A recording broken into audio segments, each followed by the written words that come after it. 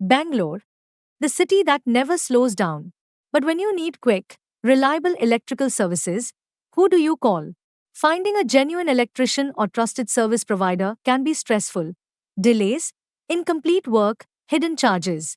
From home repairs to solar rooftops, from industrial projects to EV charging setups, Hello Power app connects you with experts for every need.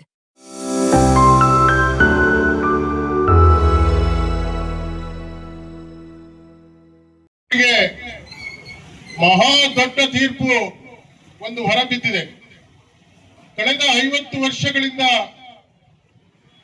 Kanakapura ಅರಣ್ಯ ಬಳಿ ಸಾವಿರಾರು cusecs ಹರಿದು ಹೋಗುತ್ತಿರುವ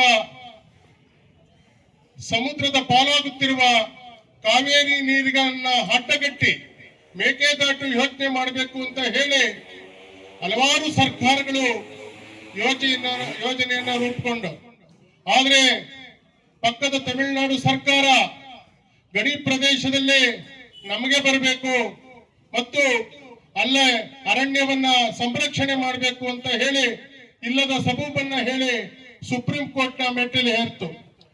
ಮಾನ್ಯ ಸರ್ವೋಚ್ಚ ನ್ಯಾಯಾಲಯ ನ್ಯಾಯಮೂರ್ತಿಗಳಾದಂತಹ BR ಗವಾಯಿ ಅವರ ನೇತೃತ್ವದ ತಂಡ ಒಂದು ದೊಡ್ಡ ಮಹಾ ತೀರ್ಪನ್ನ ನಿನ್ನೆ ಹೊರಬಿದ್ದಿದೆ.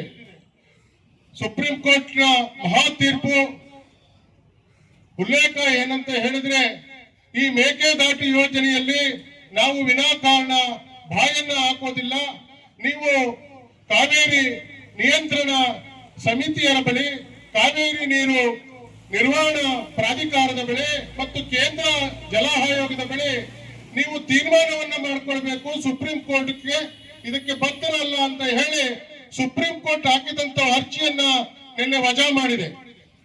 ಈ ಐತಿಹಾಸಿಕ ಕನ್ನಡಿಗರ ಮೇಕೆದಾಟು ಹೋರಾಟಕ್ಕೆ ಒಂದು ದೊಡ್ಡ ಜಯವ ನಿನ್ನೆ ಸಿಕ್ಕಿದೆ.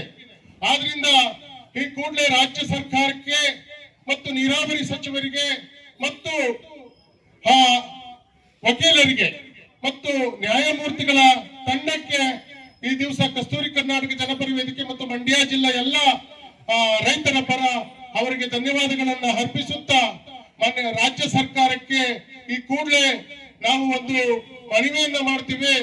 ಏನು ನಿಮ್ಗೆ ಅಡೆತಡೆ ಇದ್ದಂತಹ ಒಂದು ಮಹಾ ತೀರ್ಪು ಹೊರಬಿದ್ದಿದೆ, ಆದ್ರಿಂದ ಈ ಕೂಡಲೇ ನೀವು ಮೇಕೆದಾಟು ಯೋಜನೆಯನ್ನ ಪ್ರಾರಂಭಿಸಿ ಏನು 16 ಜಿಲ್ಲೆಗಳಿಗೆ ಕುಡಿಯುವ ನೀರು, ಬೇಸಾಯಕ್ಕೆ ನೀರು ಕಲ್ಪಿಸುವಂತ ಕೆಲಸ ಆಗ್ಬೇಕು.